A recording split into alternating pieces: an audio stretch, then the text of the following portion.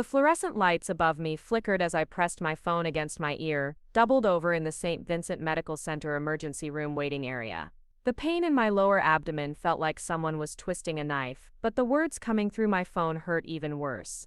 Before we jump back in, tell us where you're tuning in from, and if this story touches you, make sure you're subscribed, because tomorrow I've saved something extra special for you. Natalie, I'm sorry, but we just can't help you right now. My mother Patricia's voice was cold, distant. Lauren's wedding is next month and we've already spent everything on the venue deposit. You know how tight things have been since your father passed. I watched a nurse walk by, her scrubs bearing the same logo that appeared on the quarterly reports sitting in my home office. The same logo I'd helped design 5 years ago when I acquired this very hospital as part of my medical facilities expansion. But my mother didn't know that. None of them did. Mom, it's appendicitis. The surgeon says it could rupture if we don't operate tonight. I need $20,000 for the surgery, and my insurance has that ridiculous deductible.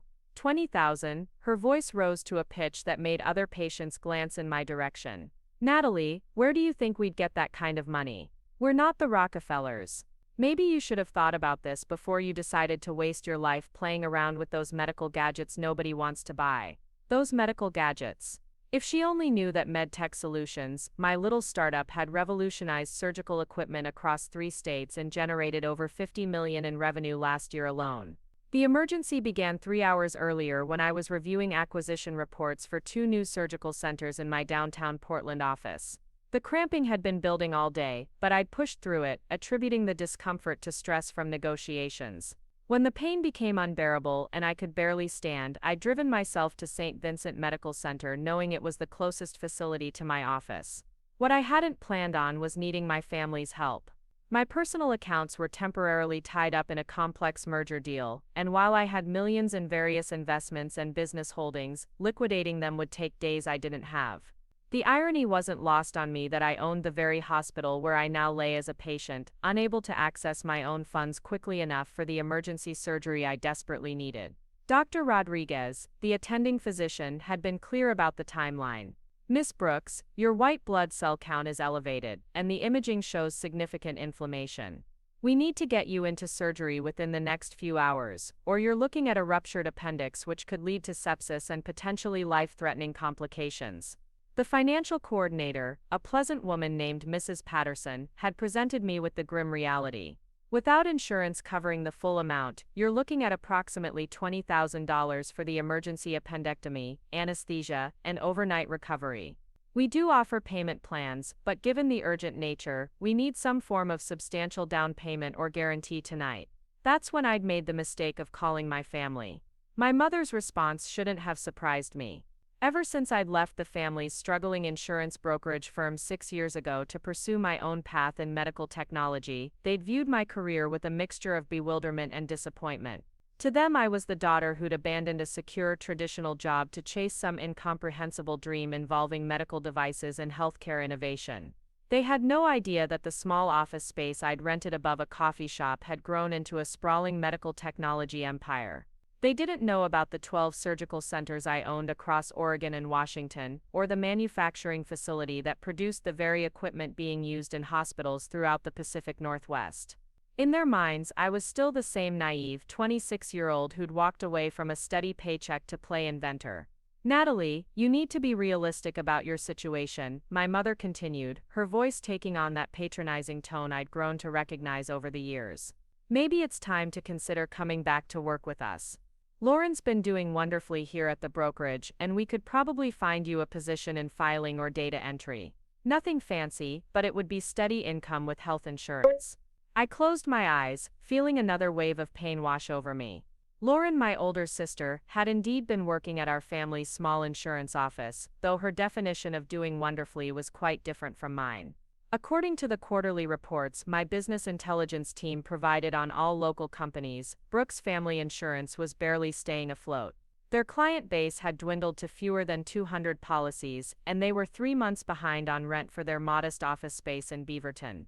What my mother didn't know was that the building housing their office was owned by one of my subsidiary companies. My property management team had been sending me monthly reports about their late payments, though I'd quietly instructed them to be patient with the Brooks Family Insurance account without revealing my connection.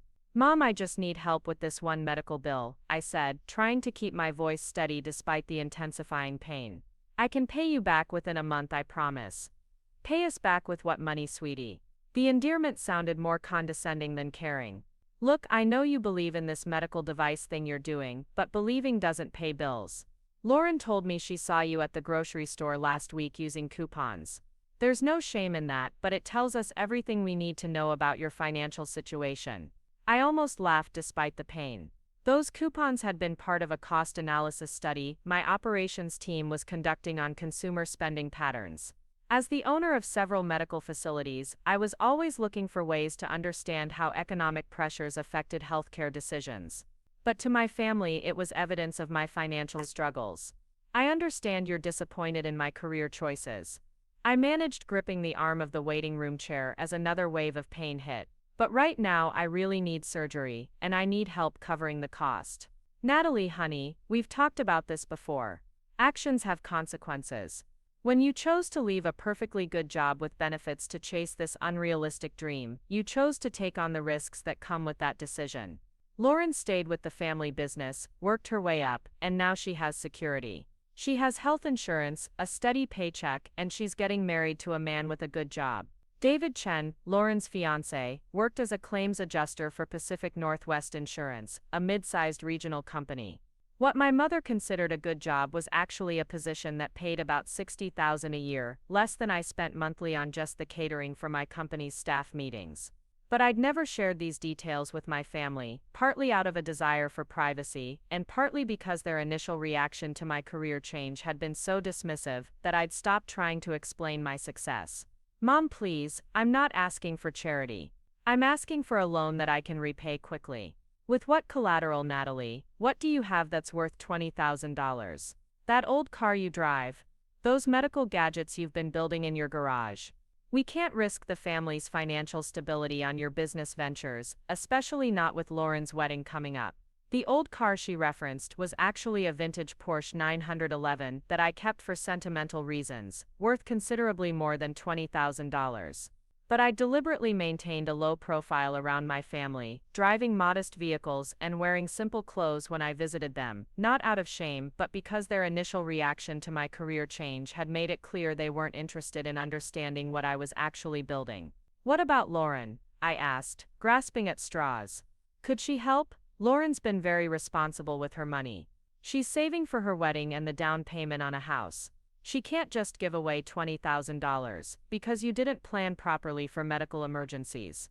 The house Lauren was saving for was in a development my real estate division had been monitoring. The preliminary reports showed it was overpriced for the current market, and the builder had a questionable track record with construction quality.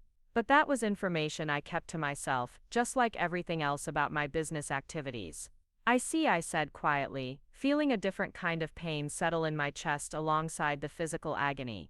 So this is really about teaching me a lesson. It's about natural consequences, Natalie.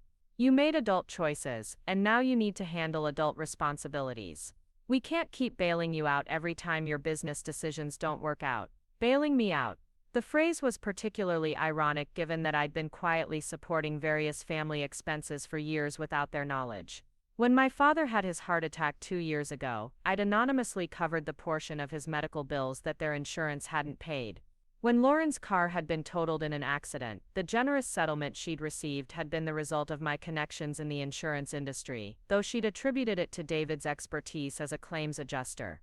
I understand, I said, though I wasn't sure I understood anything anymore. I'll figure something out. I hope you do, honey.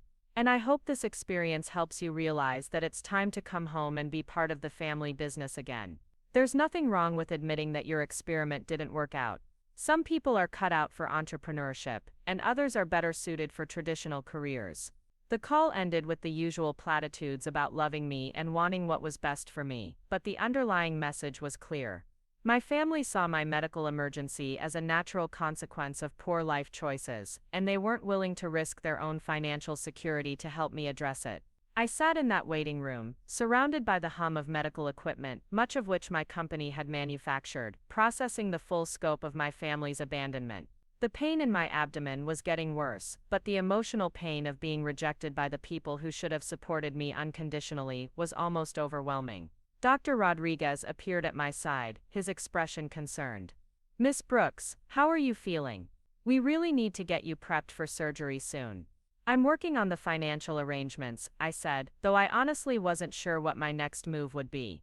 I could call my business partner Robert Kim, but he was traveling in Asia on a deal negotiation. I could potentially reach my attorney or accountant, but it was well past business hours, and even they might not be able to arrange immediate access to funds. "Is there anyone else you can call?" Dr. Rodriguez asked gently. "Family members, close friends. Sometimes people are more willing to help than we expect." I almost laughed at the irony. Here I was, sitting in a hospital I owned, being treated by doctors whose salaries I ultimately paid, unable to access my own resources quickly enough to cover a medical procedure that represented a tiny fraction of my daily business revenue. "Actually, let me make one more call," I said, pulling out my phone again. This time I dialed Lauren directly. Maybe my mother's perspective was colored by stress and worry about the wedding expenses. Maybe my sister would be more understanding. "Natalie." Preparing and narrating this story took us a lot of time, so if you are enjoying it, subscribe to our channel. It means a lot to us. Now back to the story. Lauren's voice was cautious when she answered. "Mom told me you called asking for money. What's going on?" I explained the situation again, the urgent need for surgery, the timing issues with my accounts, the $20,000 requirement. Lauren listened without interrupting, but I could hear the skepticism in her breathing. When I finished, she was quiet for a long moment. "Nat, I love you, but I can't help you with this," she said finally. "David and I are trying to buy our first home, and we've been saving every penny for the down payment. $20,000 is almost half of what we've managed to put aside. Lauren, I'm not asking you to give me the money, I'm asking for a loan. I can pay it back with interest within 30 days. "Pay it back with what? Be honest with me, Nat. When was the last time you had $20,000 in your bank account?" "Last Tuesday, when I'd approved a $50,000 bonus payment for one of my research team leaders. But I couldn't say that without revealing everything I'd been keeping private about my business success. "I have resources," I said carefully. "They're just not immediately liquid right now because of some business investments." "That's exactly what I'm worried about," Lauren said, her voice taking on the same patronizing tone our mother had used. "You've been talking about these mysterious business investments and medical device projects for years, but we never see any evidence of actual income. When was the last time you took a real vacation, or bought yourself something nice, or moved out of that tiny apartment?" The tiny apartment she was referring to was actually a penthouse loft in Portland's Pearl District that I'd purchased for cash 3 years ago. But I'd made the mistake of calling it small once when describing it to family, and they'd interpreted that as evidence of my financial struggles rather than my preference for efficient living spaces. "Lauren, I'm lying in a hospital emergency room, potentially facing a life-threatening medical condition, and I'm asking my sister for help. Can't we discuss my financial decisions after I'm not in danger of dying?" "Don't be dramatic, Nat. Appendicitis is routine surgery. Thousands of people have it done every day. The problem is that you've put yourself in a position where you can't afford routine medical care because you've been chasing this unrealistic business dream instead of building real financial stability." Unrealistic business dream. The phrase hit me harder than I expected. Here was my sister, whose own financial situation was precarious enough that she was worrying about affording a house down payment, lecturing me about financial stability, while I sat surrounded by evidence of a business empire she couldn't even comprehend. "Look, Nat, I know this isn't what you want to hear, but maybe this is a wake-up call. Maybe it's time to come back to reality and work with us at the insurance office. Mom's right that we could find you a position, and after a few months, you'd qualify for health insurance benefits. No more worrying about medical emergencies. The insurance office that was barely staying afloat. The health insurance benefits that would be worth perhaps $15,000 annually." She was offering me a life raft while I sat drowning in an ocean I'd been successfully navigating on my luxury yacht for years. "I see," I said, feeling the last of my hope drain away. "So you won't help either?" "I can't help, Nat. There's a difference. David and I have worked really hard to save this money, and we can't risk our future because you didn't plan properly for yours. After Lauren hung up, I sat alone in that waiting room, realizing that my family's abandonment was complete. They weren't just refusing to help me financially, they were using my medical emergency as an opportunity to reinforce their narrative about my poor life choices and their superior decision-making. The pain in my abdomen was becoming unbearable, but the pain of their rejection was almost worse. These were the people who should have supported me unconditionally, who should have found a way to help regardless of their concerns about my career path. Instead, they'd chosen to let me face a potentially life-threatening medical emergency alone, rather than risk their own comfort or challenge their assumptions about my circumstances. Dr. Rodriguez returned, his expression more urgent than before. "Miss Brooks, I'm sorry to press you on this, but we really can't wait much longer. Your symptoms are progressing, and I'm concerned about complications if we delay surgery any further." I looked around the emergency room, taking in the efficient systems, the state-of-the-art equipment, the highly trained medical staff. All of it operating smoothly under the ownership structure I'd built, generating millions in revenue, and providing quality health care to thousands of patients. But none of that mattered right now. I was just another patient without adequate resources to cover an emergency medical procedure, abandoned by family members who'd rather preserve their own financial comfort than help me in a moment of genuine need. That's when I made a decision that would change everything. "Dr. Rodriguez," I said, straightening up despite the pain, "I need to speak with the hospital's financial director immediately. There's something I need to clarify about my payment arrangements."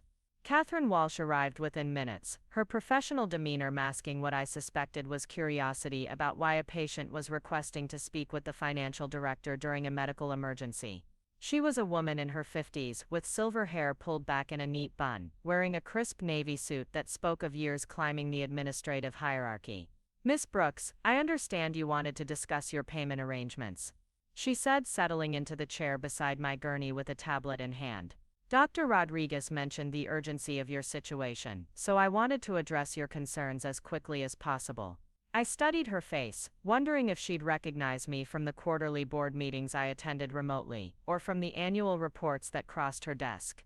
But there was no flicker of recognition, just the patient professionalism of someone accustomed to dealing with financial crises in a medical setting. "Miss Walsh, before we discuss payment arrangements, I need to ask you something. Do you enjoy working here at St. Vincent Medical Center?" Her eyebrows raised slightly at the unexpected question. "I'm sorry, Miss Brooks, but I'm not sure how my job satisfaction relates to your medical billing concerns. Humor me for a moment. How long have you been with the hospital?" 12 years, she answered, though her tone suggested she found the conversation odd. "I started as an accounts manager, and worked my way up to financial director. It's been a rewarding career, and the hospital has always treated its employees well. And the recent improvements to the facility, the new surgical wing, the upgraded equipment, the expanded emergency department. How has that affected your work?" "It's been remarkable," she said, her voice warming as she spoke about the hospital's progress. "When I started here, we were struggling to compete with the larger medical centers in Portland. But over the past 5 years, the new ownership has invested heavily in modernization. We've gone from worrying about closure to being recognized as one of the premier medical facilities in the Pacific Northwest." "The new ownership," I repeated carefully. "What do you know about them?" "Midtech Solutions acquired us 5 years ago," she explained, consulting her tablet as if refreshing her memory. "They're a medical technology and healthcare management company. Very hands-off in terms of day-to-day operations, but incredibly supportive when it comes to funding improvements and maintaining high standards of care. The owner has a reputation for understanding both the business and clinical sides of healthcare, which is unusual in our industry."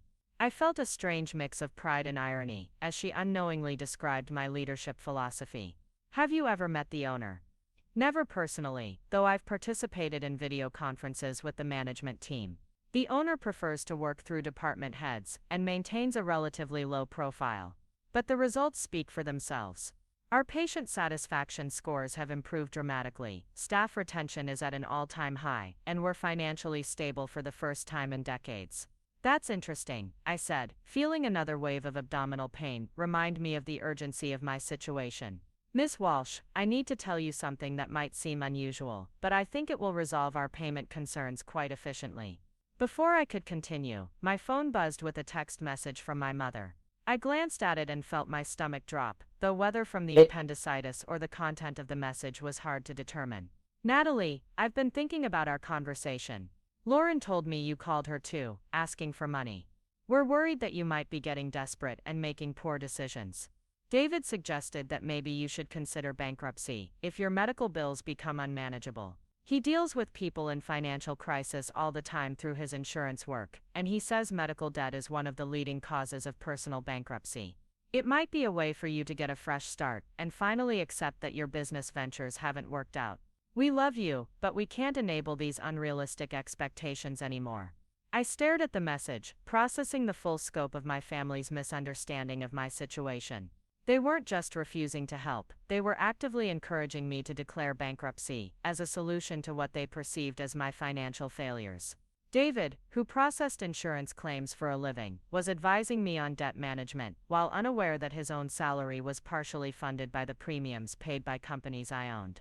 Miss Brooks, Miss Walsh's voice brought me back to the present. You mentioned something that would resolve our payment concerns.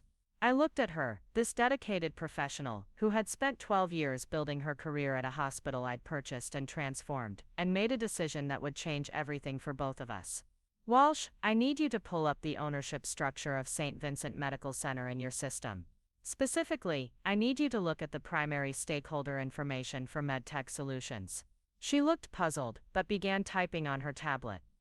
I'm not sure why you'd need that information for a billing discussion, Miss Brooks, but I can access the basic corporate structure. Let me see here. Her fingers paused over the screen, and I watched her expression change from professional courtesy to confusion.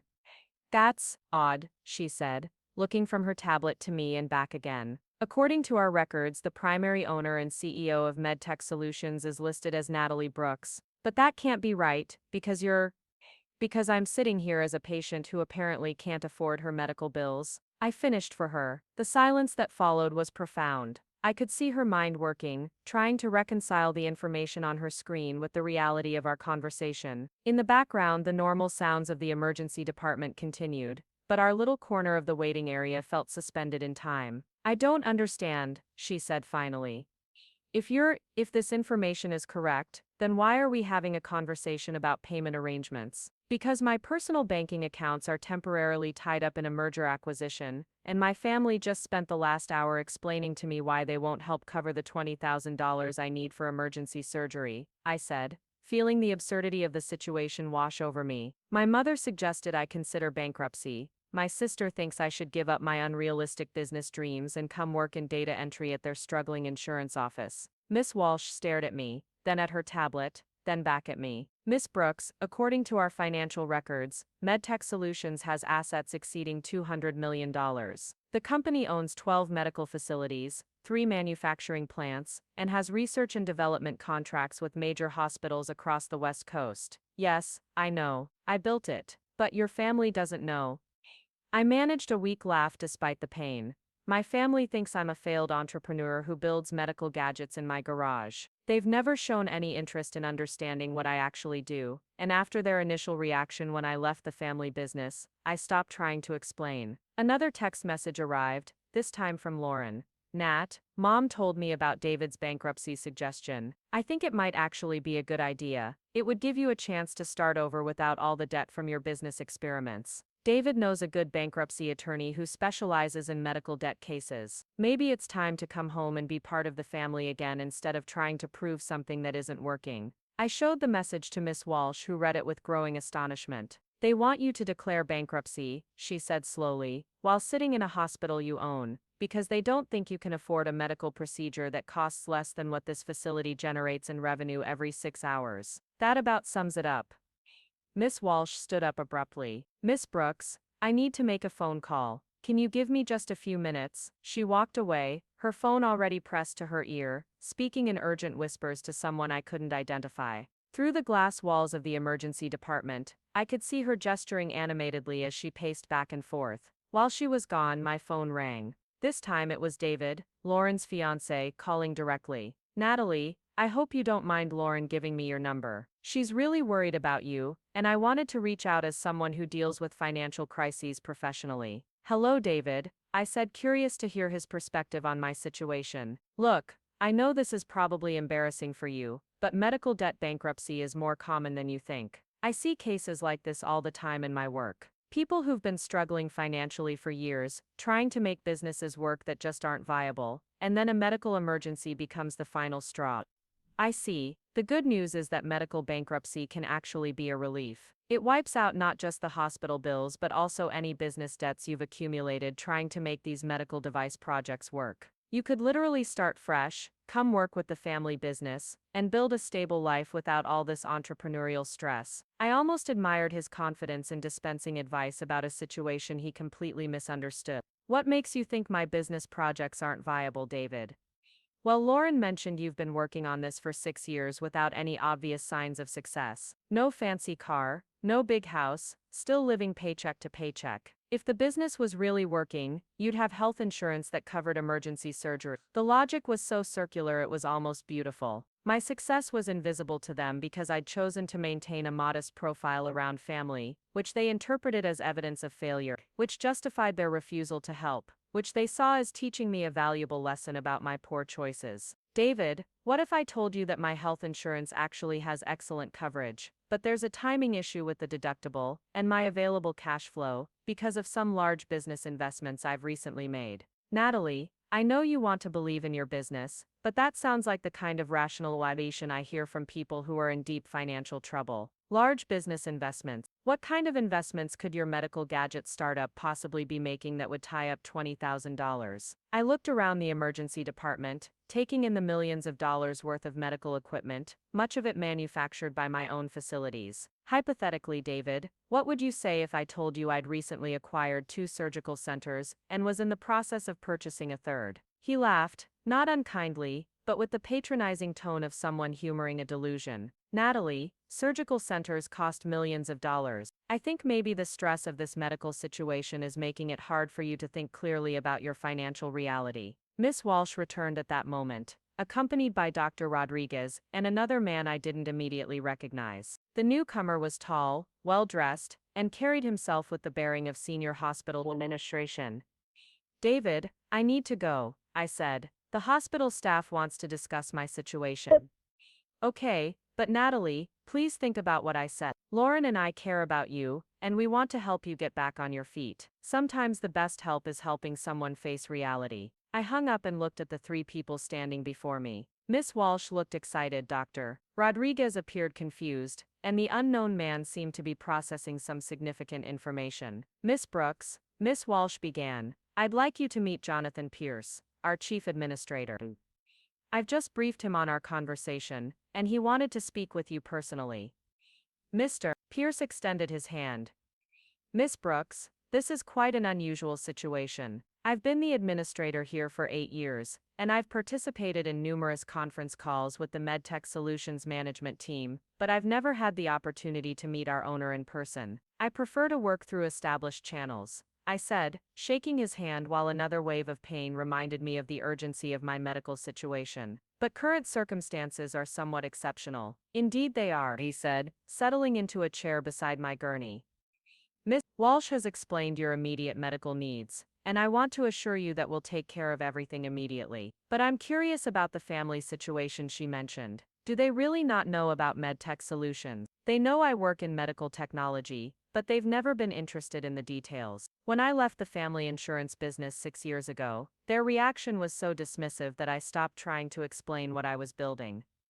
Dr. Rodriguez, who had been listening to this exchange with growing amazement, finally spoke up. Miss Brooks, I don't understand. If you own the hospital, why were we discussing payment arrangements at all? Because my personal accounts are temporarily inaccessible due to a merger I'm completing, and I made the mistake of thinking my family would help me with a short-term loan. They declined because they believe I'm a failed entrepreneur who can't afford basic medical care. But surely they must have some idea of your success. Mr. Pierce asked. Running a company like MedTech Solutions requires significant visibility in the business community. I've intentionally maintained a low profile in my personal life. I drive modest cars when I visit family. I dress simply, and I've never discussed the financial details of my business with them. After their initial reaction to my career change, it seemed easier to just let them think what they wanted. Miss Walsh was shaking her head in disbelief. Miss Brooks, your company has transformed this hospital. The surgical wing renovation, the new emergency department, the upgraded medical equipment, the expansion of our trauma center, all of that came from MedTech Solution investments. We're talking about tens of millions of dollars in improvements over the past 5 years. And your family thinks you can't afford a $20,000 medical procedure, Dr. Rodriguez added. The irony clearly not lost on him. They think I should declare bankruptcy and come work in data entry at their insurance office. I said, they believe this medical emergency is a wake-up call about my poor life choices. Mr. Pierce stood up, his expression shifting to something that looked like determination. Miss Brooks, with your permission, I'd like to handle your surgery arrangements personally. And perhaps we could discuss the possibility of your family joining you here at the hospital during your recovery. They won't come, I said, automatically. They've made it clear that they can't support my irresponsible financial decisions. I think they might change their minds once they understand the full scope of the situation. Miss Walsh said with a slight smile. Sometimes people need additional information to make informed decisions. Another text message arrived, this time from my mother again. Natalie, I spoke with Mrs. Henderson from church, and she mentioned that her son had appendix surgery last year. The bills were overwhelming, and they ended up losing their house. I'm worried that you're going to face the same situation. David's bankruptcy attorney friend could probably meet with you right at the hospital if you're interested. We love you, but we can't watch you destroy your financial future over medical bills you can't afford. I showed the message to the 3 hospital administrators, who read it with expressions ranging from disbelief to genuine concern. Miss Brooks, Mr. Pierce said carefully, would you be comfortable if we contacted your family directly? I think there might be some information they need to properly understand your situation. I thought about 6 years of dismissive comments, patronizing advice and assumptions about my failure. I thought about tonight's phone calls, where my own family had refused to help me during a medical emergency, because they were convinced I was financially irresponsible. I thought about the suggestion that I declare bankruptcy while sitting in a hospital I owned. Mr. Pierce, I said, feeling a calm certainty settle over me despite the physical pain. I think it's time my family learned exactly who they're dealing with. Excellent, he said, pulling out his phone. Miss Walsh, could you prepare a comprehensive packet about MedTech Solutions' ownership of this facility? Include the financial impact statements, the improvement timelines, and the employment figures. Dr. Rodriguez, let's get Miss Brooks prepped for surgery immediately. And I'll personally call her family to invite them to join her during her recovery. What will you tell them? I asked. Mr. Pierce smiled. The truth, sometimes that's the most powerful medicine we have. As they began making arrangements for my surgery, I felt a mixture of relief and anticipation. The physical pain would be resolved soon, but the real healing was just beginning. My family was about to discover that the daughter they'd dismissed as a failure was actually the owner of the very hospital where they'd now be forced to confront their assumptions. The last thing I heard before the pre-surgery medication took effect was Mr. Pierce on the phone with my mother, his voice professionally cordial as he introduced himself as the chief administrator of St. Vincent Medical Center, and explained that he needed to discuss some important details about medical care and the payment arrangements for my surgery. I drifted off wondering what her face would look like when she realized the truth. When I woke up in the recovery room 6 hours later, the surgery had been successful, and my family was about to receive an education that would change everything between us forever. The real drama was just beginning, and this time, I wouldn't be the one left speechless. The recovery room was quiet, except for the steady beeping of monitors, when I gradually became aware of hushed voices in the hallway outside. The surgery had gone smoothly, according to the nurse who checked on me every 20 minutes. But the real procedure was apparently just beginning. Through the partially open door, I could hear Mr. Pierce's measured voice explaining something to what sounded like multiple people, their responses growing increasingly agitated. I'm sorry, but there must be some mistake. My mother's voice carried clearly into the room. My daughter works with medical devices. Small scale, she certainly doesn't own anything, let alone an entire hospital. Mrs. Brooks, I understand your confusion, but I've personally verified the ownership documentation. Your daughter Natalie is the sole proprietor of MedTech Solutions, which acquired St. Vincent Medical Center 5 years ago along with 11 other medical facilities across the region. That's impossible. Lauren's voice joined the conversation. Natalie lives in a tiny apartment and drives an old car. If she owned hospitals, don't you think we'd know about it? I heard David's voice next, professional and skeptical. Mr. Pierce, I work in insurance, and I deal with fraudulent claims regularly. Sometimes people in financial distress create elaborate fantasies about their circumstances. My fiance's sister has been struggling with her business for years, and this medical emergency might have triggered some kind of psychological break. The irony of David explaining insurance fraud to the administrator of a hospital whose operations were partially funded by my insurance subsidiary was almost too much to bear. I pressed the call button for the nurse, not because I needed medical attention, but because I wanted someone to witness what was about to unfold. You think she's lying about owning the hospital? Mr. Pierce's voice carried a note of professional patience wearing thin. Not lying exactly, my mother said carefully. But Natalie has always been prone to exaggeration when it comes to her business ventures. She probably has some small investment or contract with your hospital and has convinced herself it's more significant than it actually is. Mrs. Brooks, would you like to see the ownership documentation? Miss Walsh has prepared a comprehensive packet that details MedTech Solutions' acquisition of this facility, including the purchase price, renovation investments, and current asset valuations. There was a rustling of papers, followed by a long silence that seemed to stretch endlessly. I could picture my family huddled together in the hallway, passing documents back and forth, trying to make sense of information that contradicted everything they believed about my life. These numbers. Lauren's voice sounded strained. It says here that MedTech Solutions paid $47 million to acquire St. Vincent Medical Center. That can't be right. The acquisition was completed in 2019. Miss Walsh's voice joined the conversation. Since then, your sister's company has invested an additional $32 million in facility equipment upgrades and staff expansion. The emergency department where she was treated tonight was completely rebuilt using MedTech Solutions funding. But she asked us for $20,000, my mother said weakly. If she has access to millions of dollars, why would she need to borrow money from family? Mr. Pierce's explanation was clear and patient. According to Miss Brooks, her personal accounts are temporarily inaccessible due to a major business acquisition she's currently completing. She needed immediate funds for the surgical procedure and assumed her family would provide a short-term loan. Short-term loan, David repeated, his voice hollow. I told her to declare bankruptcy. I gave her the name of a bankruptcy attorney.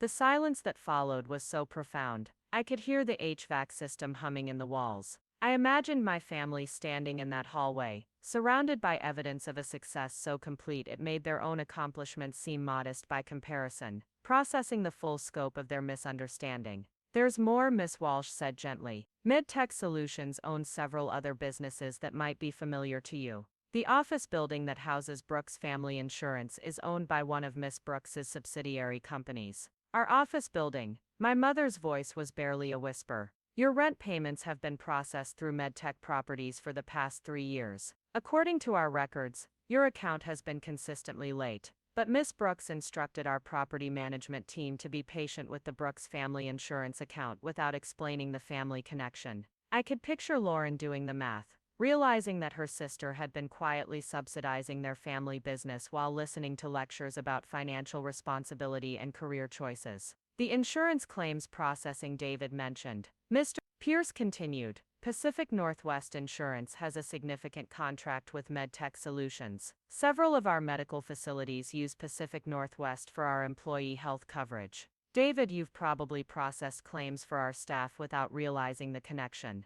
I've been handling medical claims for her employees, David said, his voice carrying the weight of dawning realization.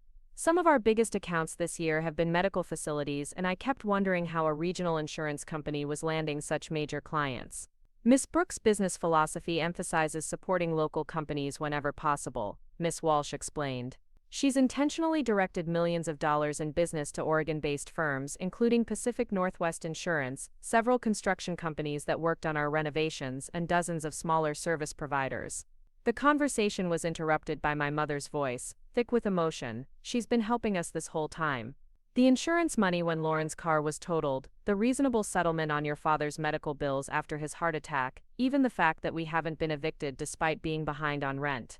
Mrs. Brooks, I can't speak to specific arrangements outside of our direct business relationship, Mr. Pierce said diplomatically, but I can tell you that your daughter has a reputation in the business community for taking care of people, often without them knowing she's involved. I heard footsteps approaching my room, and through the partially open door, I saw my family standing together in the hallway. My mother looked pale and shaken, clutching a folder of documents against her chest. Lauren's usual confidence had evaporated, replaced by something that looked like shock. David stood slightly apart from them, his phone in his hand as if he'd been frantically fact-checking everything he'd just heard. "Can we see her?" my mother asked quietly. "She's awake and recovering well," the nurse replied, having appeared to answer my call button. "The surgery was successful, and she should be able to go home tomorrow. But she needs rest, so please keep the visit brief." They entered my room hesitantly, like children approaching a teacher they'd disappointed. The dynamic shift was palpable. An hour ago, they'd been the successful family members dispensing advice to their struggling relative. Now they were standing in a room paid for by the very person they'd dismissed, surrounded by equipment purchased with her money, in a hospital she owned. "Natalie," my mother began, then stopped, apparently unsure how to proceed. "Hi, Mom," I said simply, adjusting my position in the hospital bed. "How are you feeling about my career choices now?" Lauren stepped forward, the folder of documents still in her hands. "Nat, we had no idea. These papers, the things Mr. Pierce told us, is it really true? Do you actually own all of this?" "I own this hospital, yes. Along with 11 others, 3 manufacturing facilities, and several subsidiary businesses. The medical device projects you thought were a waste of time have generated over $50 million in revenue this year alone." David moved closer to the bed, his expression a mixture of embarrassment and amazement. "The bankruptcy attorney I recommended, the one who specializes in medical debt. I called him on the way here to cancel the appointment. When I told him who you were, he started laughing. Apparently MedTech Solutions has been one of his firm's most reliable clients for business law services." "Small world," I said mildly. My mother sat down heavily in the visitor chair, the weight of realization settling over her. "Natalie, when you called asking for help with the surgery costs, why didn't you just tell us who you really were? Would you have believed me?" I asked.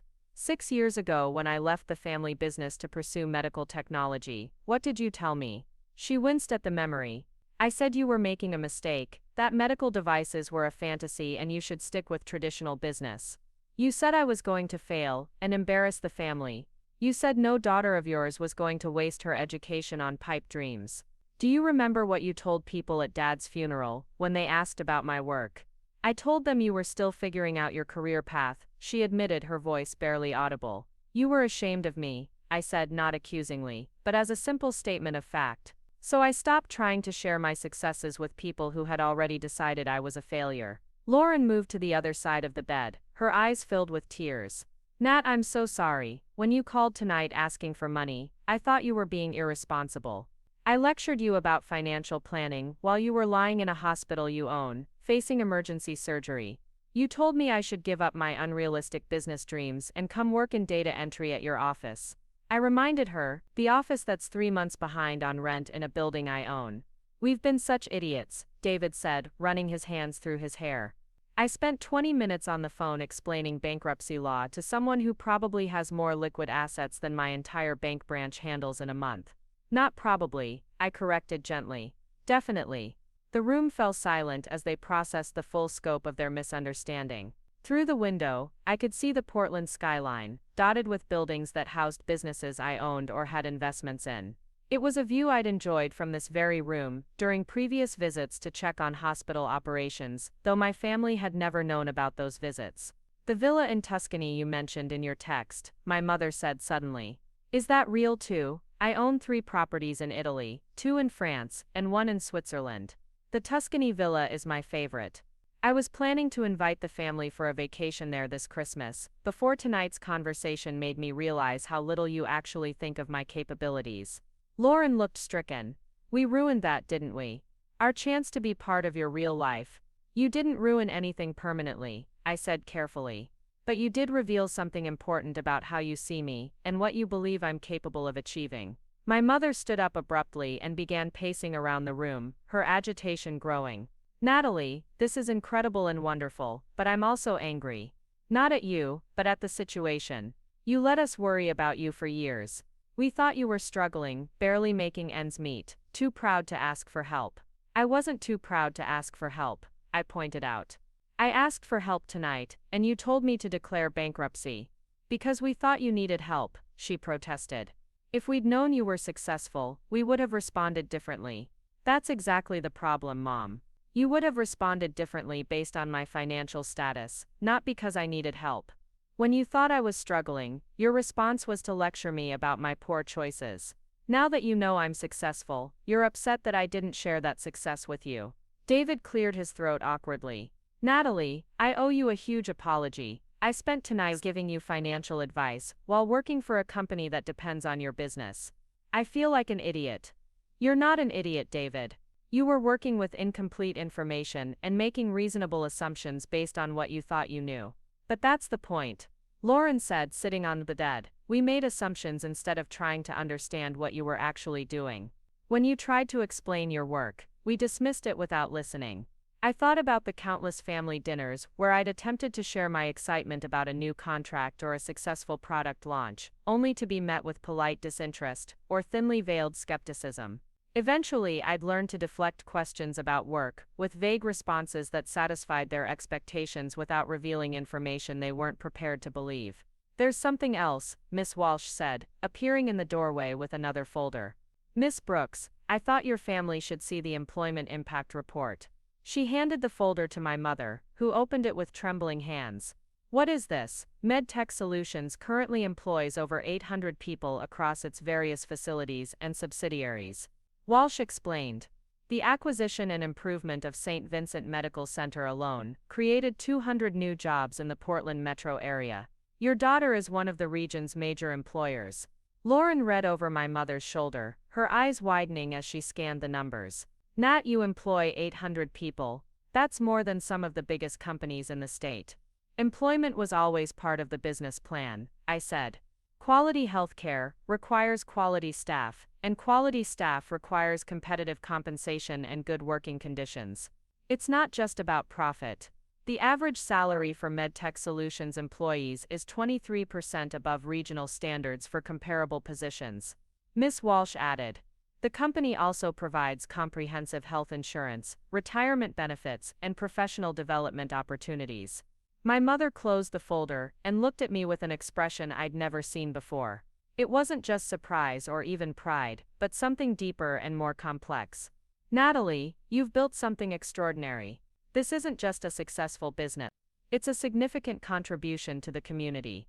People have good jobs, quality health care, and economic stability because of what you've created. That was always the goal, Mom.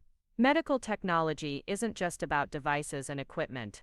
It's about improving people's lives, creating opportunities, and building systems that serve the community. David was staring at his phone, apparently researching something. Natalie, I'm looking at business journals online, and MedTech Solutions has been featured in several articles about innovative healthcare management. There's a piece in Pacific Business Monthly from last year calling you one of the most influential entrepreneurs in the Northwest. You've been reading about me in business publications. I asked, amused. I'm reading about you now, he admitted. I should have been reading about you years ago, trying to understand what you were building instead of assuming you were failing. The conversation was interrupted by a knock on the door. Mr. Pierce entered, followed by a man I recognized as Robert Kim, my business partner and closest friend. Robert had apparently received word about my surgery and flown back early from his business trip in Asia. Natalie, Robert said, approaching the bed with obvious relief. When Jonathan called and explained what happened, I took the first flight back from Tokyo. Are you all right? I'm fine, I assured him. The surgery went well, and I'll be back to normal in a few days. Robert turned to my family, extending his hand to my mother. You must be Mrs. Brooks. I'm Robert Kim, Natalie's business partner. I've heard so much about you over the years. My mother shook his hand, looking confused. Business partner. Natalie never mentioned a business partner, probably because she never mentioned the business. Robert said with a gentle smile. Natalie has a tendency to be modest about her accomplishments, but I can tell you that your daughter is one of the most brilliant entrepreneurs I've ever worked with. MedTech Solutions wouldn't exist without her vision and leadership. How long have you known about her success? Lauren asked. I've been with the company since the beginning. Robert replied. I was there when Natalie mortgaged everything she owned to buy our first struggling medical equipment distributorship. I watched her work 18-hour days for months, learning every aspect of the healthcare business from the ground up. She mortgaged everything. My mother asked faintly. Her apartment, her car, her savings, even some family heirlooms, she inherited from your mother. Robert confirmed. She believed so strongly in her vision for integrated healthcare technology that she was willing to risk everything to make it work. I saw my mother's face change as she processed this information. The antique jewelry that belonged to my mother, the pieces I gave you when you graduated college. I sold them to help finance the first equipment purchase. I said quietly, I'm sorry I never told you. I knew you'd try to talk me out of it. Those pieces were irreplaceable, she whispered. But they helped create something that has employed hundreds of people and provided quality healthcare to thousands of patients. Robert said gently, I think your mother would have been proud to know her jewelry helped build something so meaningful. David was still scrolling through his phone, his expression growing more amazed by the minute. There's an article here about MedTech Solutions charitable work. Natalie, it says you've donated over $2 million to free healthcare clinics in underserved communities. Healthcare should be accessible to everyone, regardless of their ability to pay. I said simply. And there's something here about a scholarship program.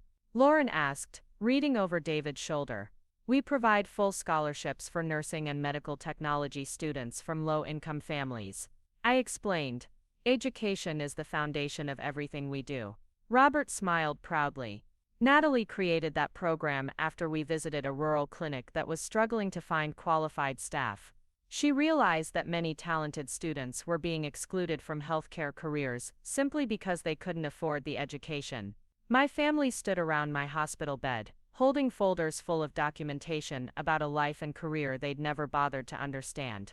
The woman they'd thought was a failure had actually built an empire while they offered advice about accepting traditional employment and declaring bankruptcy. The weight of their misjudgment was settling over them like a heavy blanket, and I could see each of them grappling with the implications of how wrong they'd been. But more than that, I could see them beginning to understand that their assumptions about success and failure had blinded them to what I'd actually accomplished. The real reckoning was just beginning. My mother had been sitting in stunned silence for several minutes when her phone rang.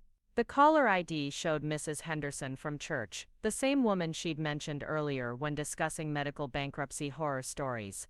With everything that had happened, the irony of the timing wasn't lost on anyone in the room. Patricia dear, how is Natalie doing?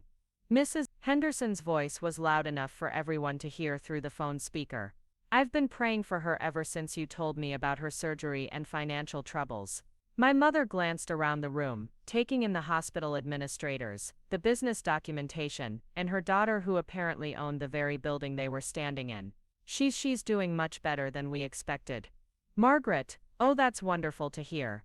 And what about the medical bills? Were you able to help her with the bankruptcy attorney? My nephew works for a debt consolidation company, and he said medical bankruptcy can be processed quite quickly these days.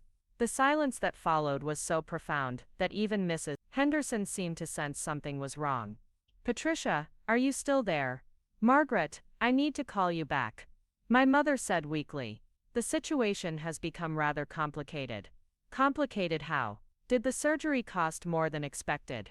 Because my nephew also mentioned that some hospitals will negotiate payment plans if you explain that the patient is facing financial hardship. David stepped forward and gently took the phone from my mother's trembling hands. Mrs. Henderson, this is David, Lauren's fiancé. I work in insurance, and I can tell you that Natalie's medical expenses are completely covered. There won't be any bankruptcy proceedings. Oh, that's such a relief. Did her insurance company finally approve the coverage? Sometimes they deny claims initially just to see if people will give up and pay out of pocket.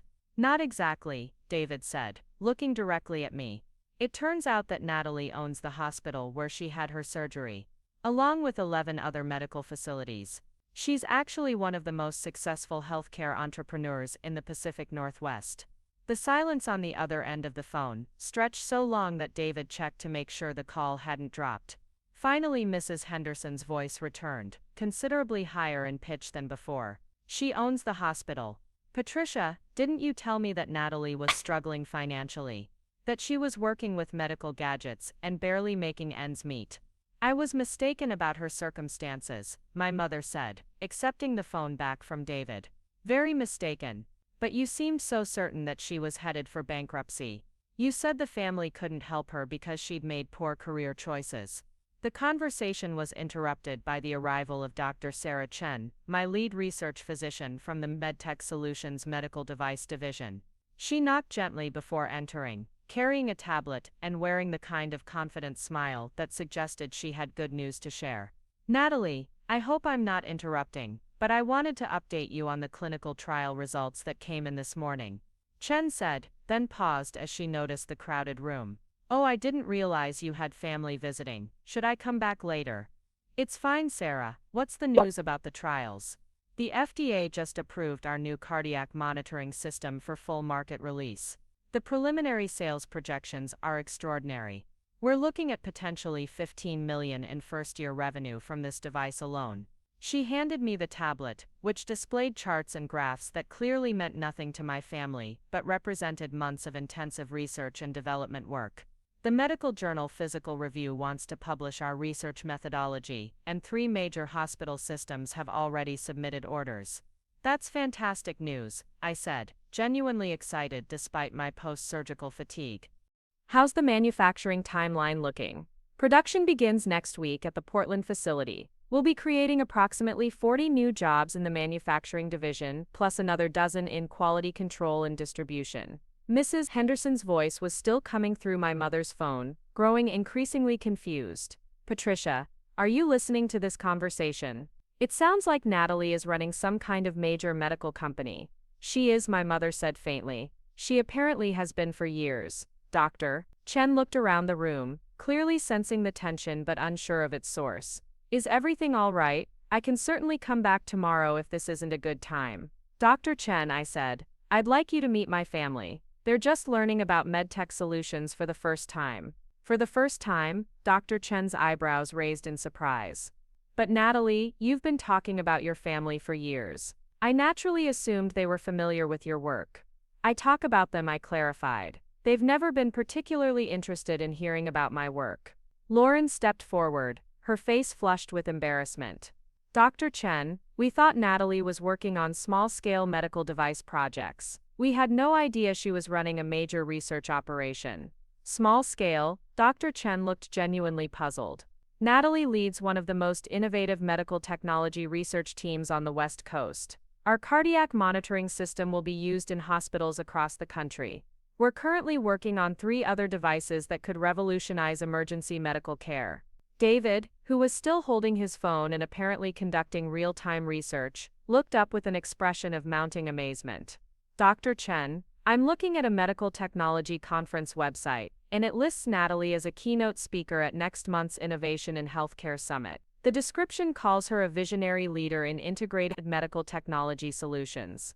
That's correct, Dr. Chen confirmed. Natalie was invited to speak about our approach to combining medical device innovation with comprehensive healthcare delivery systems. It's a significant honor. The conference typically features only the most influential figures in medical technology. Mrs. Henderson's voice came through the phone again, now tinged with what sounded like excitement. Patricia, this is incredible. Do you realize what this means?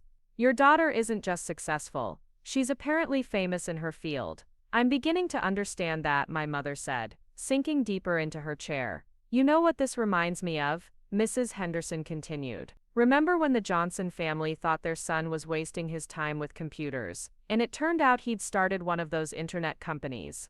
Although this sounds even more impressive than that. Dr. Chen was reviewing something on her tablet when she looked up with sudden recognition. Oh, Mrs. Brooks. Natalie mentioned that your family runs an insurance business. Brooks Family Insurance, correct? Yes, my mother said cautiously. Wonderful, Natalie arranged for us to use your firm for several of our smaller insurance needs. Workers' compensation for the research facility, liability coverage for our equipment testing, and I believe some of the executive travel insurance. She specifically requested that we work with local Oregon businesses whenever possible. The revelation hit my family like a physical blow. Not only had I been successful without their knowledge, but I'd been actively directing business to their struggling firm while listening to lectures about my poor career choices. How much business? David asked quietly. Dr. Chen consulted her tablet. I'd have to check with our accounting department for exact figures, but I believe it's been quite substantial, certainly enough to make Brooks Family Insurance one of our preferred local vendors. Lauren collapsed into the remaining visitor chair. Nat, you've been sending business to the family firm while we've been telling you to give up your unrealistic dreams and come work for us. I believe in supporting family, I said simply, even when that support isn't reciprocated. Pierce reappeared in the doorway, accompanied by a woman I didn't immediately recognize. She was elegantly dressed and carried herself with the bearing of someone accustomed to significant responsibility. Miss Brooks, I'd like you to meet Dr. Elizabeth Warren, the Chief Medical Officer for Northwest Regional Health Systems. She heard about your surgery and wanted to speak with you personally. Dr. Warren stepped forward with a warm smile. Miss Brooks, I hope you're feeling better. When Jonathan mentioned you were here as a patient, I had to come see you myself. It's not every day we have the opportunity to personally thank someone who's transformed healthcare delivery in our region. My family watched this exchange with growing bewilderment, clearly trying to process yet another indication of my professional stature. Dr. Warren oversees medical operations for 14 hospitals across Oregon and Washington. Mr. Pierce explained to my family. She's been a strong advocate for the innovations MedTech Solutions has brought to regional healthcare. That's right, Dr. Warren confirmed. Ms. Brooks' approach to integrating medical technology with comprehensive patient care has set new standards for our entire industry. The equipment protocols developed by MedTech Solutions are now being adopted by hospitals throughout the Pacific Northwest. Equipment protocols? My mother asked weakly. Natalie's team has developed standardized procedures for using advanced medical technology that have improved patient outcomes while reducing costs. Dr. Warren explained. What used to take multiple departments and complex coordination now happens seamlessly through integrated systems designed by MedTech Solutions. Dr. Chen nodded enthusiastically. The cardiac monitoring system I mentioned earlier is just one example. But Natalie's real innovation has been creating technology that healthcare workers can use intuitively, without extensive additional training. Mrs. Henderson's voice cut through the conversation again. Patricia, I'm putting you on speakerphone so Harold can hear this. He works for the state health department, and he'll want to know about what your daughter has accomplished. Margaret, maybe this isn't the time, my mother protested, but Mrs. Henderson was already calling her husband to the phone. Harold, come listen to this. Patricia's daughter, the one we thought was struggling financially, apparently owns hospitals and has invented medical equipment that's being used all over the region. A man's voice joined the conversation, professional and immediately interested. Really? What kind of medical technology? Doctor. Warren took the phone from my mother, apparently recognizing the importance of accurate information in healthcare discussions. This is Dr. Elizabeth Warren, Chief Medical Officer for Northwest Regional Health Systems. Are you Harold Henderson from the State Health Department? Yes, I am. Dr. Warren, are you saying that Patricia Brooks' daughter is involved in medical technology development? Miss Natalie Brooks is the founder and CEO of MedTech Solutions, one of the most innovative healthcare technology companies in the Pacific Northwest. Her equipment and protocols are currently in use at over 30 medical facilities across Oregon and Washington. MedTech Solutions, Harold repeated, and I could hear him typing in the background. Warren, I'm looking at our state records, and MedTech Solutions has been a major contributor to our rural healthcare initiative. They've donated equipment and provided technical support to clinics in underserved communities throughout Oregon. That's correct. Dr. Warren confirmed. Ms. Brooks has been instrumental in ensuring that advanced medical technology is available not just in major metropolitan hospitals but also in smaller communities that traditionally couldn't afford such equipment. Margaret, Harold's voice came through clearly. Patricia's daughter has been helping provide medical care to some of the most vulnerable populations in our state. The equipment donations alone represent hundreds of thousands of dollars in community support. The phone went silent as Mrs. Henderson and her husband processed this information. Meanwhile, my family sat in stunned silence, surrounded by medical professionals who spoke about me with the kind of respect typically reserved for major industry leaders. Dr. Chen checked her watch and gathered her materials. Natalie, I should let you rest, but I wanted to mention that the medical journal interviews are scheduled for next week. The reporters specifically want to discuss how MedTech Solutions has changed the relationship between medical technology development and patient care delivery. Medical journal interviews. Lauren asked faintly. Natalie's research methodology is being studied by medical schools across the country. Dr. Chen explained. The approach she developed for testing new medical devices in real clinical settings, rather than isolated laboratory environments, has revolutionized how we evaluate medical technology effectiveness. Dr. Warren nodded approvingly. The results speak for themselves. Patient outcomes have improved significantly in facilities using MedTech Solutions equipment and protocols. We're seeing faster recovery times, fewer complications, and higher patient satisfaction scores. And the cost savings have allowed us to expand services to more patients, Mr.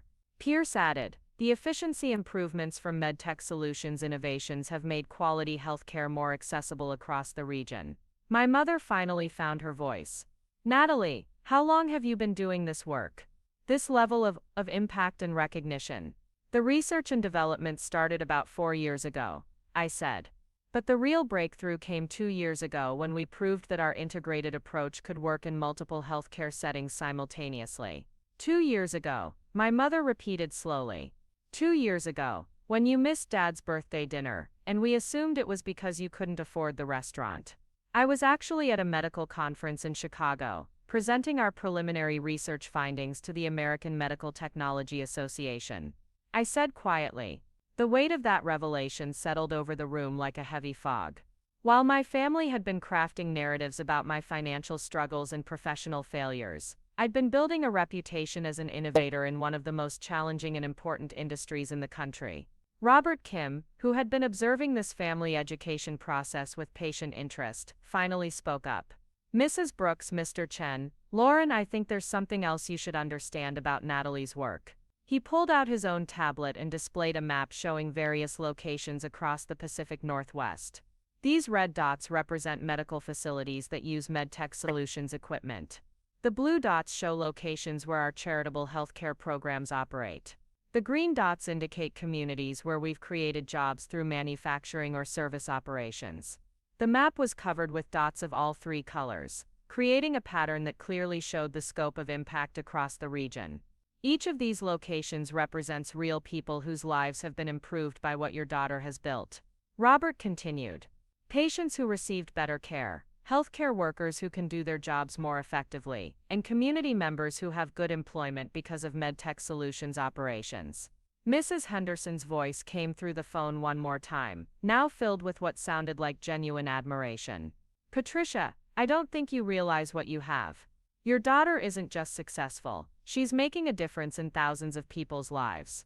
My mother looked around the room at the gathered medical professionals, the documentation of my business empire, and the evidence of a career that had far exceeded anything she'd imagined possible when I left the family insurance business 6 years ago.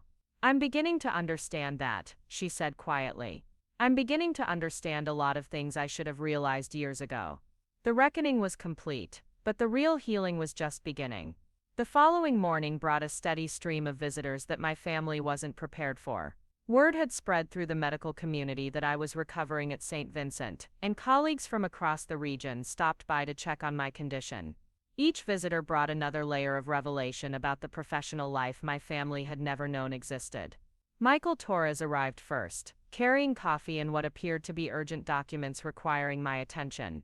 He was the head of surgical innovation at Oregon Medical University, and his presence immediately caught my family's attention. Natalie, I'm sorry to bother you during recovery, but the grant approval came through from the National Institutes of Health, he said, settling into a chair with obvious excitement. $15 million for the next phase of our collaborative research. The review board specifically cited MedTech Solutions' clinical integration model as a key factor in their decision. My mother, who had spent the night in the hospital chair after refusing to leave, looked up sharply. $15 million. The NIH grant is for developing next-generation emergency response medical equipment, Dr. Torres explained, apparently unaware of the family dynamics playing out around him. Natalie's team has created technology that could save thousands of lives by improving trauma care in remote locations. Lauren entered the room carrying breakfast for our mother, having driven back to the hospital early despite my assurances that I was fine. She paused in the doorway, clearly overwhelmed by yet another indication of my professional standing. Dr. Torres teaches at the medical school, I explained to my family. We've been collaborating on research for the past 3 years. Actually, Natalie, you're being modest, Dr. Torres said with a laugh. The collaboration has been more like you generously sharing your innovations with our academic programs. Your students consistently outperform our traditional medical technology graduates. Students, David asked, appearing in the doorway with more coffee. MedTech Solutions operates an internship and mentorship program in partnership with several regional universities. Dr. Torres explained. Natalie personally mentors graduate students who are developing careers in medical technology. Some of the brightest minds in our field have trained under her guidance. The irony wasn't lost on me that my family was learning about my role as an educator while they'd spent years suggesting I needed to get a real job with benefits. Dr. Jennifer Walsh from Portland State University arrived next, carrying flowers and a card signed by what appeared to be dozens of students. She was one of the biomedical engineering professors, whose classes I guest lectured for regularly. Natalie, the entire engineering department wanted me to tell you how much your guest lectures have meant to our students. Dr. Walsh said, placing the flowers on the bedside table. When word got out about your surgery, students from 3 different graduating classes reached out asking if they could visit. Guest lectures, my mother asked weakly. Natalie speaks to our biomedical engineering students about real-world applications of medical technology. Walsh explained. Her presentations consistently receive the highest evaluation scores of any guest lecturer we've ever hosted. Students often cite her talks as pivotal moments in their career development. I watched my family process this information. The daughter they'd assumed was barely making ends meet was apparently inspiring the next generation of medical technology professionals. There's something else, Dr. Walsh continued, pulling out her tablet. The university board approved the proposal for the Natalie Brooks Innovation Lab. The facility will be dedicated to student research in medical technology applications, funded by the MedTech Solutions Educational Foundation. They're naming a laboratory after you. Lauren asked, her voice barely audible. The donation was intended to be anonymous, I said, shooting a pointed look at Dr. Walsh. Anonymous donations don't inspire students the way seeing successful role models does. Dr. Walsh replied unapologetically. Your story gives them hope that innovative thinking and hard work can lead to meaningful careers in medical technology. The next visitor was someone my family actually recognized. Margaret Chen, David's supervisor at Pacific Northwest Insurance, knocked gently before entering the room. David, I hope you don't mind me stopping by, she said, then turned to me with a professional smile. Miss Brooks, I wanted to personally thank you for the business relationship between MedTech Solutions and Pacific Northwest Insurance. Your account has been instrumental in our company's growth over the past 2 years. David's face went pale, as he realized his supervisor was personally thanking the family member he'd advised to declare bankruptcy the night before. Margaret, David said carefully. I didn't realize you knew Natalie personally. Oh, we've worked together extensively on insurance protocols for medical facilities. Margaret replied, Miss Brooks has been one of our most valued clients. The comprehensive coverage requirements for her medical facilities have actually helped us develop better policy structures for other healthcare clients. She turned back to me with genuine concern. When David mentioned last night that his fiancée's sister was facing medical bankruptcy, I was confused about the name similarity. It wasn't until he called me this morning and explained the family connection that I realized we were talking about the same person. David called you this morning? I asked.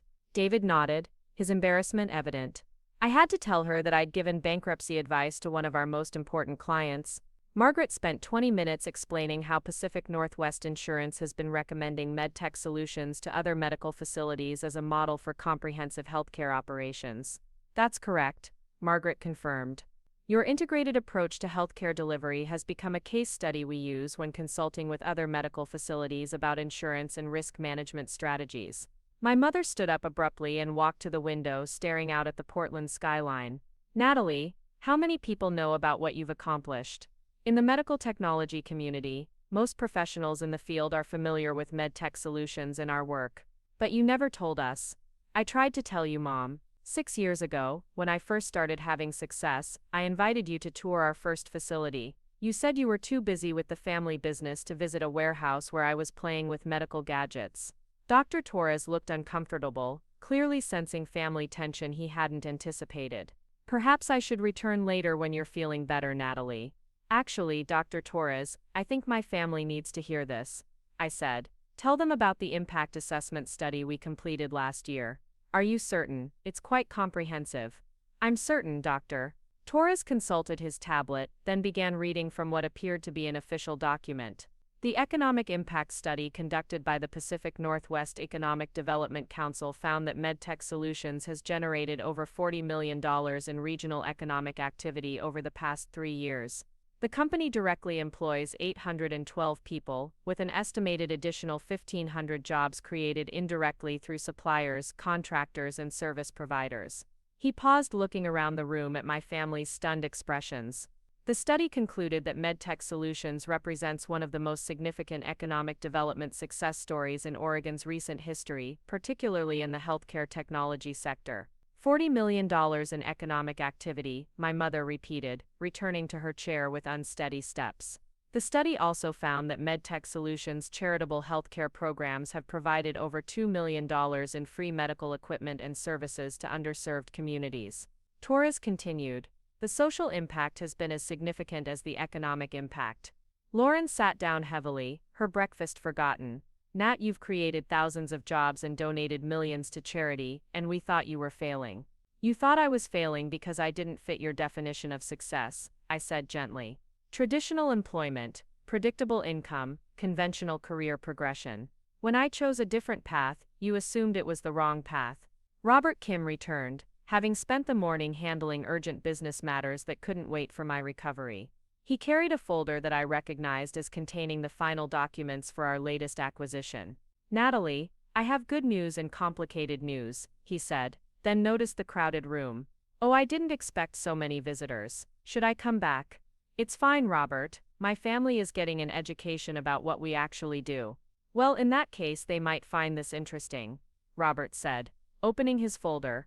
The acquisition of Columbia Medical Center is complete. As of this morning, MedTech Solutions owns 15 medical facilities across 3 states. 15 hospitals. David asked faintly. 12 hospitals and 3 specialized surgical centers, Robert corrected. The Columbia acquisition adds significant capacity to our cardiac surgery capabilities and expands our research opportunities in cardiovascular technology. Dr. Walsh smiled proudly. Robert, you should tell them about the employment impact of the Columbia acquisition.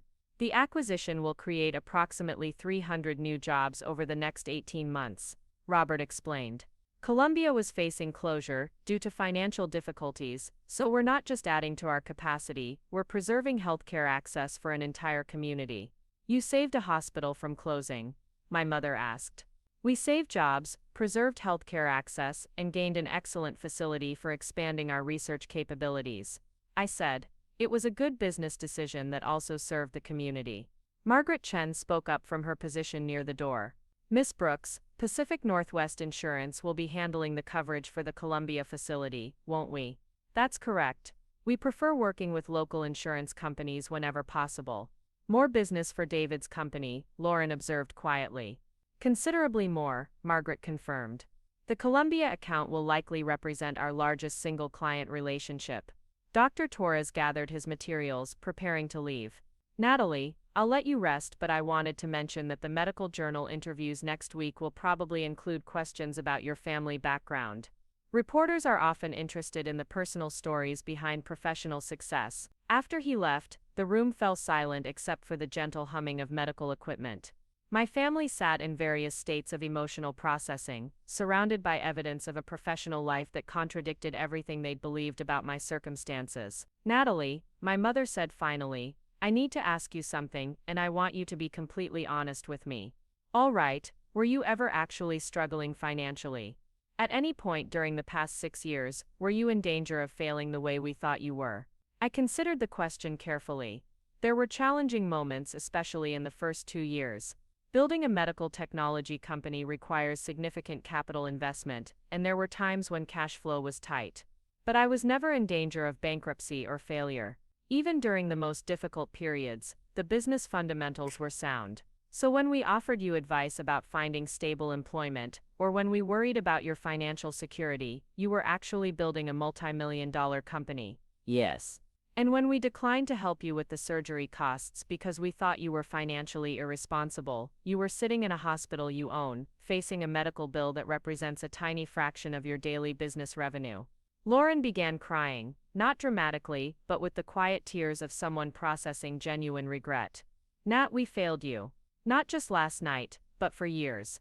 We never believed in you, never tried to understand what you were building, never celebrated your successes, because we never bothered to learn about them. You didn't fail me, I said carefully. You made assumptions based on incomplete information and your own definitions of success. Those assumptions led to some hurtful situations, but they didn't prevent me from building what I wanted to build. But we weren't there for you, David said. When you needed encouragement, when you achieved milestones, when you faced challenges, we weren't supportive because we didn't understand what you were doing. That's true, I acknowledged. Your lack of support was disappointing, especially during the early years when I was working 18-hour days and could have used family encouragement. My mother stood up and walked over to the bed, taking my hand in both of hers. Natalie, I owe you the biggest apology of my life. I discouraged you from pursuing your dreams because I was afraid you'd fail and get hurt. Instead, you succeeded beyond anything I could have imagined, and I missed it completely because I was too stubborn to admit I was wrong. Mom, I understand why you were concerned. Leaving stable employment to start a business in a complex industry like medical technology was risky. Your concerns weren't unreasonable, but I never gave you credit for understanding those risks yourself. I treated you like a naive child, making impulsive decisions, instead of recognizing that you were a capable adult with a vision for your career. Robert Kim cleared his throat gently. If I may interrupt, there's something I think you should all know about Natalie's character. He pulled out his phone and showed them a photo of a small clinic in a rural Oregon community. This is the Willow Creek Community Health Center. It was closing 2 years ago, because they couldn't afford to maintain their medical equipment. Natalie donated new equipment worth over $300,000 and arranged for our technical team to provide ongoing maintenance at no cost. The community never knew who made the donation, Robert continued. Natalie insisted on complete anonymity. The only reason I'm telling you now is because I think you need to understand that your daughter's success hasn't changed her fundamental values. She uses her resources to help people, often without any recognition or publicity. He scrolled to another photo. This one showing a group of young people in graduation caps and gowns. These are students who received MedTech Solutions scholarships this year. Full tuition, room and board, plus paid internships. Natalie personally interviews every scholarship recipient and stays in touch with them throughout their education. How many students? Lauren asked. This year, 43. Since the program started, we've supported over 100 students in healthcare-related fields. My mother was staring at the photos with an expression I'd never seen before. Natalie, you've been changing lives, creating opportunities, saving communities, and we never knew because we never asked. You never asked because you assumed you already knew, I said quietly. When I tried to share my excitement about a new contract or a successful project, the response was always polite disinterest or suggestions that I should be more realistic about my prospects. We were idiots, David said bluntly. I spent last night giving financial advice to someone who employs more people than most of the companies I provide insurance coverage for. Dr. Jennifer Walsh returned, carrying what appeared to be a large card signed by numerous people. Natalie, I forgot to give you this earlier. It's from the medical technology students at Portland State, but also from faculty members who wanted to express their appreciation for your contributions to their programs. She opened the card, revealing dozens of signatures and personal messages. Would you like me to read some of these? Please, thank you for showing us that innovation can serve humanity. Your guest lecture inspired me to change my focus from profit to impact. Because of your mentorship, I understand that business success and social responsibility aren't mutually exclusive.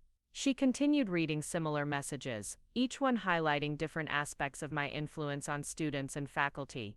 My family listened in silence, processing yet another dimension of a professional life they'd never bothered to explore.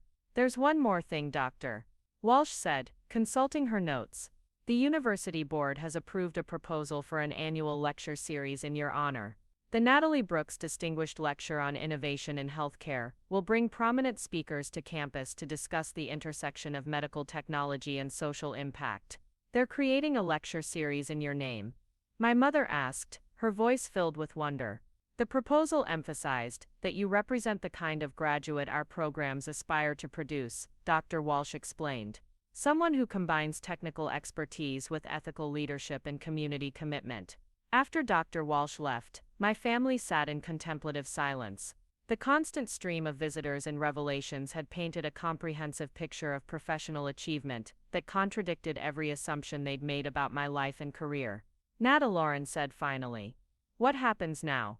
How do we move forward from this? That depends on what you want our relationship to look like going forward, I said. I'm not angry with you, but I am disappointed that it took a medical emergency and forced revelations for you to understand what I've been building. We want to be part of your real life, my mother said.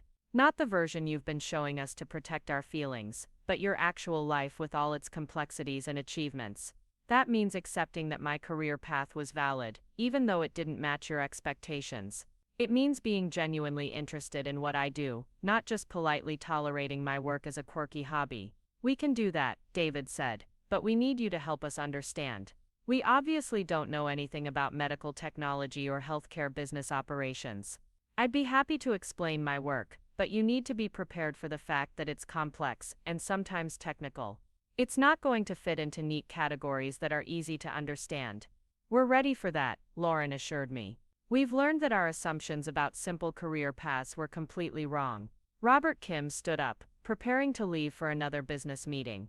Natalie, I'll handle the urgent matters until you're fully recovered, but there are a few decisions that need your input by the end of the week. What kind of decisions? My mother asked, her curiosity now genuinely engaged. We're considering a joint venture with a European medical technology company that could expand our research capabilities significantly. Robert explained. It's a complex arrangement that could double our international presence, but it requires careful analysis of regulatory requirements across multiple countries. International presence, David asked. MedTech Solutions equipment is currently used in medical facilities across 6 countries. Robert said, the European partnership could expand that to 12 countries within 2 years. After Robert left, my family remained in the room, clearly processing the full scope of revelations from the past 18 hours. The woman they'd thought was struggling to afford basic medical care was actually an international business leader whose innovations were improving healthcare delivery across multiple continents. There's something I need to tell you, I said, feeling that complete honesty was now necessary. I've been invited to speak at the World Health Organization's annual conference on medical technology innovation. It's scheduled for next month in Geneva. The World Health Organization, my mother asked faintly. They want me to present our integrated healthcare delivery model as a potential framework for improving medical care in developing countries. It's considered a significant honor in the medical technology field. The silence that followed was profound. My family had moved from thinking I needed bankruptcy protection to learning that I was being recognized by international health organizations as an innovator whose work could impact global healthcare delivery.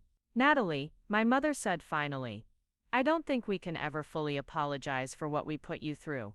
Not just last night, but for years of dismissing your achievements and discouraging your ambitions. You don't need to apologize for being concerned about my welfare. You need to acknowledge that your concerns were based on assumptions rather than facts, and commit to being more open-minded about paths to success that don't match traditional expectations. We can do that, Lauren said. But we also want to celebrate what you've accomplished. We missed years of milestones and achievements because we weren't paying attention. Celebration isn't necessary, but genuine interest and support going forward would be meaningful. David pulled out his phone and began typing. I'm canceling that appointment with the bankruptcy attorney. I think I should probably also send an email to Margaret explaining that any future business decisions involving MedTech Solutions should be escalated to senior management immediately. That might be wise, I agreed with a slight smile. The afternoon brought a final visitor who surprised everyone. Mrs. Henderson from church arrived carrying flowers and wearing an expression of genuine embarrassment. Natalie, dear, I owe you an enormous apology, she said, settling into the chair beside my bed. Harold spent all night researching medtech solutions, and I'm mortified by the conversation I had with your mother yesterday. Mrs. Henderson, you were working with the information you had. No, dear, I was gossiping and giving advice about a situation I didn't understand. Harold showed me articles about your work, and I realize now that you're one of the most accomplished people in our entire church community. She turned to my mother with a stern expression. Patricia, you and I need to have a serious conversation about how we talk about our children's careers. I feel terrible that I encouraged the bankruptcy nonsense when your daughter is clearly a major business leader. We all learned some important lessons, my mother said quietly. Harold wants to invite you to speak at the church about careers in medical technology, Mrs. Henderson continued. He thinks our young people should hear from someone who's built such an impressive career in science and healthcare. I'd be happy to speak with young people about career opportunities in medical technology, I said.